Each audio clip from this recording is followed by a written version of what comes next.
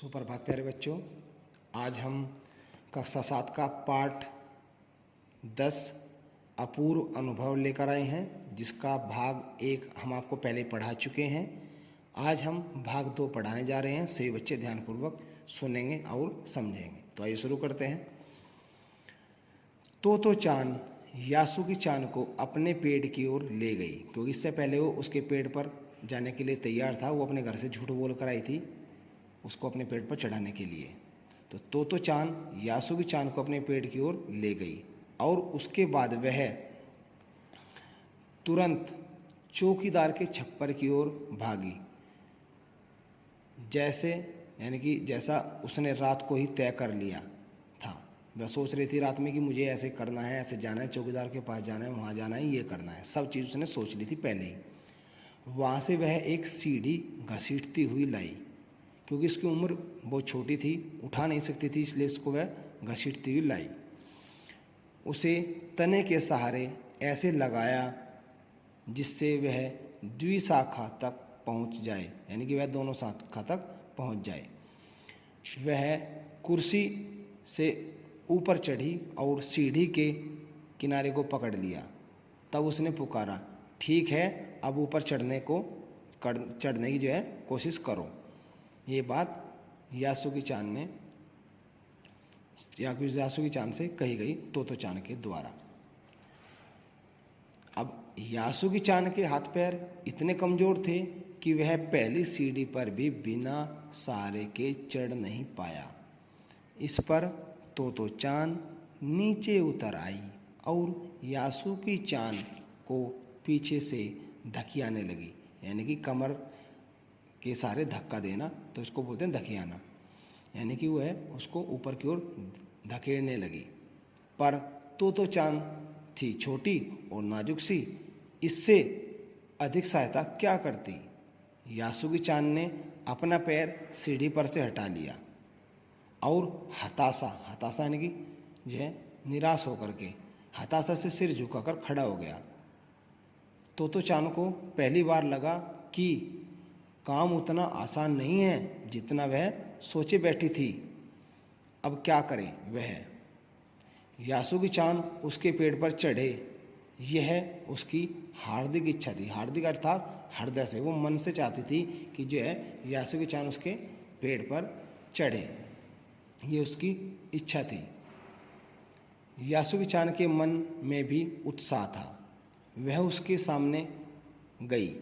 उसका लटका चेहरा इतना उदास था कि तो चांद को उसे हंसाने के लिए गाल फुलाकर तरह तरह के चेहरे बनाने पड़े। ठहरो, एक बात सूझी है। वह फिर चौकीदार के छप्पर की ओर दौड़ी और हर एक चीज उलट पुलट कर देखने लगी। उसने हर चीज उलट पुलट कर देखने लगी। वह आखिर उसे एक तिपाई अर्थात 3 पैरों वाली सीढ़ी मिली, जिसे थामे रहना भी जरूरी नहीं था। यानी कि इस सीढ़ी को तो पकड़ना पड़ता था जो पहले लेकर गई थी, लेकिन यह 3 पैरों वाली सीढ़ी थी, इसको पकड़ना भी नहीं पड़ता था, ये अपने आप खड़ी हो सकती थी। वह तिपाई सीढ़ी को घसीट कर ले आई तो अपनी शक्ति पर हैरान होने लगी, यानी कि उसमें इतनी ताकत कहाँ से आई, ये चीज़ वो सोचने लगी। ये चीज़ उसने सोची अपनी शक्ति यानी कि अर्थात अपनी ताकत पर। तिपाई की ऊपरी सीढ़ी द्विशाखा तक पहुंच रही थी, यानी कि वो ऊपर तक भी जा सकती थी। देखो, अब डरना मत, उसने बड़ी बहन की सी आवाज़ में कहा। जैसे उसकी बड़ी बहन, उसने कहा देखो डरना मत बिल्कुल भी, है ना, यह डगमगाएगी नहीं, यानी कि अब ये गिरेगी नहीं, जिसका तुम्हें डर था कि तुम्हें पैर में चोट लग जाएगी, ऐसा नहीं होगा, तुम घबराओ मत, ये हिलेगी नहीं। ये बात उसने सोची और उसे कहा। किसे कहा? यासु की चांद को तो चांद ने। यासु की चांद ने घबराकर तिपाई सीढ़ी और पसीने से तरबतर तो चांद की ओर देखा। उसे भी काफ़ी पसीना आ रहा था। उसने पेड़ की ओर देखा और तब निश्चय के साथ पांव उठाकर पहली सीढ़ी पर रखा। उसने भी दृढ़ निश्चय कर लिया कि जब ये परेशान हो रही है मेरे लिए, तो मैं भी पेड़ पर चढ़ने की कोशिश करूँगा। उन दोनों को यह बिल्कुल भी पता न चला कि कितना समय उस यासु की चांद को ऊपर तक चढ़ने में लगा।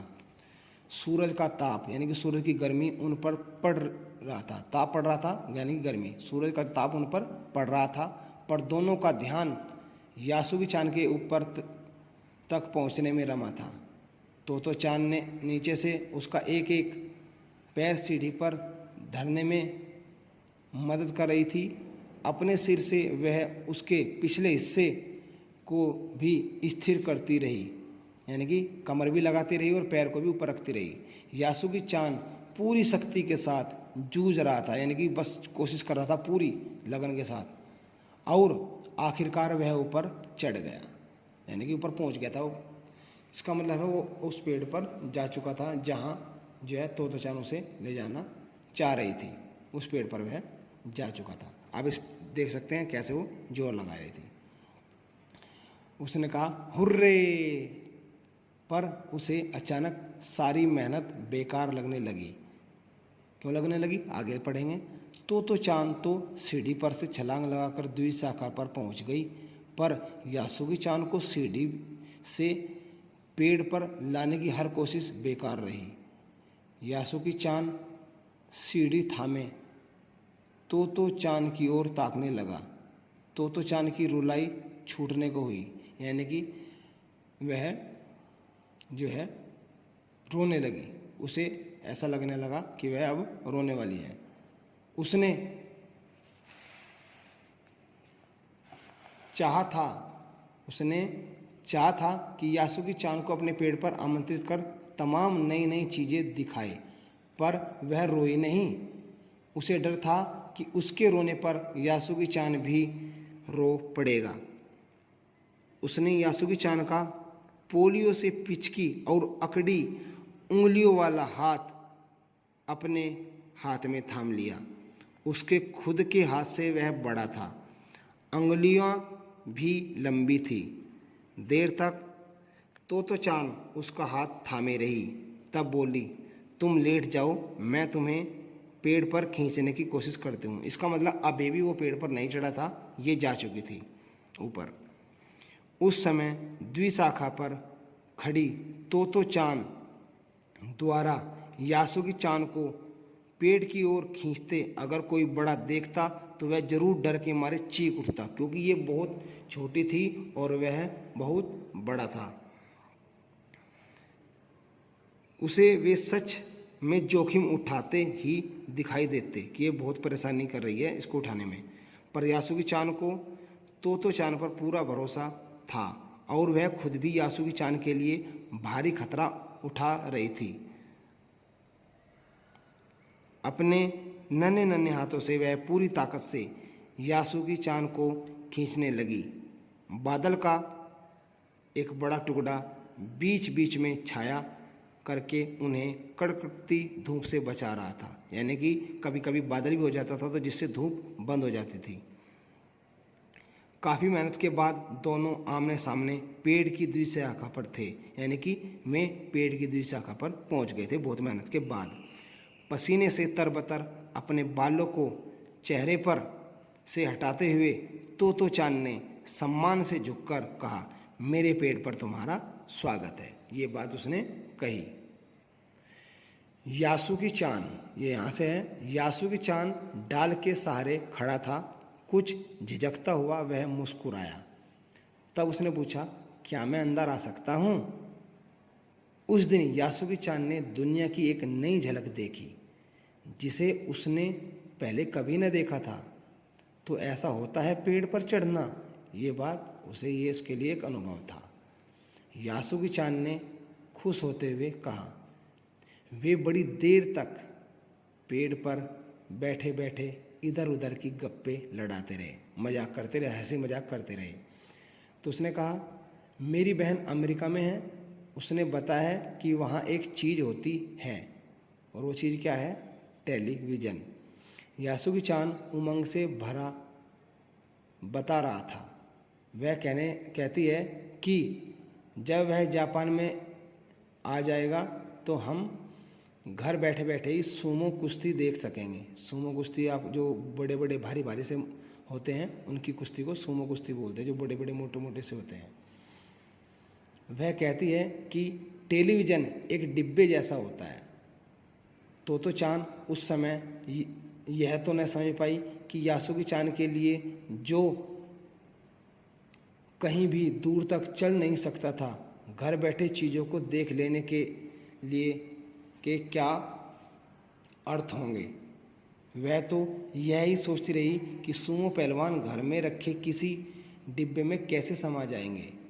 उनका आकार तो बड़ा होता है, पर बात उसे बड़ी लुभावने लगी, यानी कि उसको बहुत बात अच्छी लगी, उसके मन को लुभावने वाली। उन दिनों टेलीविज़न के बारे में कोई नहीं जानता था। पहल यासुकी चान ने ही तोतो चान को उसके बारे में बताया था, यानी कि जो यासुकी चान था उसे पता था टेलीविज़न के बारे में, तोतो चान को नहीं पता था। पेड़ मानो गीत गा रहे थे और दोनों बेहद खुश थे।